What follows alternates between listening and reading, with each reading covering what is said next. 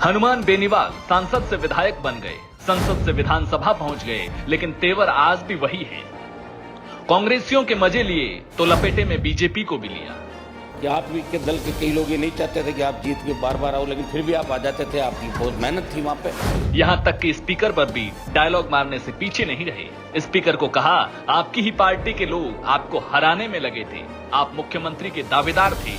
देश में कई सीएम दावेदारों को स्पीकर बना दिया गया। एक दूसरे पद की ओर जा रहे हो, लेकिन चलो यहाँ आके रुके। अभी बड़ी बात, विधानसभा अध्यक्ष आप बन गए। मैंने देखा दिल्ली के अंदर बहुत से नेता जो सीएम की बात करते थे, उनको विधानसभा का अध्यक्ष बना दिए देश के अंदर। हनुमान बेनीवाल राष्ट्रीय लोकतांत्रिक पार्टी से जीतकर आने वाले इकलौते विधायक हैं और दिल्ली से जयपुर की सियासत में लौटने के बाद विधानसभा में उनका ये पहला भाषण था। अध्यक्ष महोदय, सबसे पहले तो आप अध्यक्ष पद पर निर्वाचित हुए और सारे सदन ने, सारी पार्टियों ने, हमारे निर्दलीय जितने भी छोटे दल थे, इन सब ने मिलकर जैसे ही आपका नाम अध्यक्ष के लिए घोषित हुआ भारतीय जनता पार्टी की तरफ से, सब ने मन बना लिया था कि देवनानी जी अध्यक्ष बन रहे हैं तो हमें डिस्टर्ब नहीं करना, इनको अध्यक्ष करना। क्योंकि आप सबसे ज़्यादा, हमने देखा कि विपक्ष में रहते हुए आपने सबसे ज़्यादा लड़ाई लड़ी। मैं तो आपके साथ रहा हूँ और मैंने तो ये भी देखा है, आपको इनका ध्यान ज़्यादा रखने की बजाय हमारा ज़्यादा ध्यान रखना। क्योंकि पिछली बार आपको बोलने नहीं देते थे, इस बात का भी आपको ध्यान रखना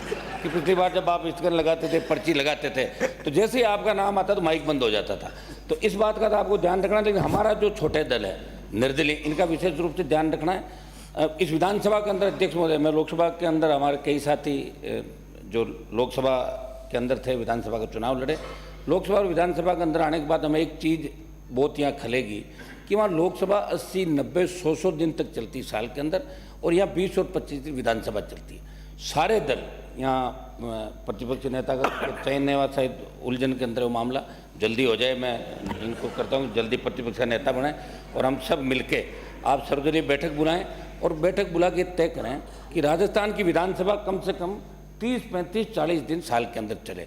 और एक चीज़ ये भी तय करें कि हमारे पास जब हम विधायक बन गए, जब सांसद थे, तो इतने लोग आते हैं कि विधानसभा में मामला उठा लो, लोकसभा के अंदर उठा लो। उनको लगता है कि लोकसभा विधानसभा में जैसे ही मामला उठेगा काम हो जाएगा। लेकिन दुर्भाग्य से देखिए, स्थगन लगता है, पर्ची लगती है, हम यहाँ बोलते हैं और उसके बाद मंत्री जवाब नहीं देते हैं। तो सरकार को, आपको ये नए नियम यहाँ बढ़ाने पड़ेंगे कि विधानसभा के अंदर कोई मामला उठता है। और दूसरा, जिस तरह लोकसभा 193 के तहत चर्चा होती है, यहाँ भी हम देख रहे हैं पानी, बिजली, विभिन्न विषयों पर कानून व्यवस्था भी चर्चा लगातार होती है। चर्चाएँ भी समय समय पर हो, हाउस ज़्यादा से ज़्यादा चले, तब लोकतांत्रिक मूल्यों की रखवाली हो सकती है। हमें आपसे बड़ी उम्मीद है कि लगातार 3 से लेकर 23 तक आप लगातार जीतते रहे।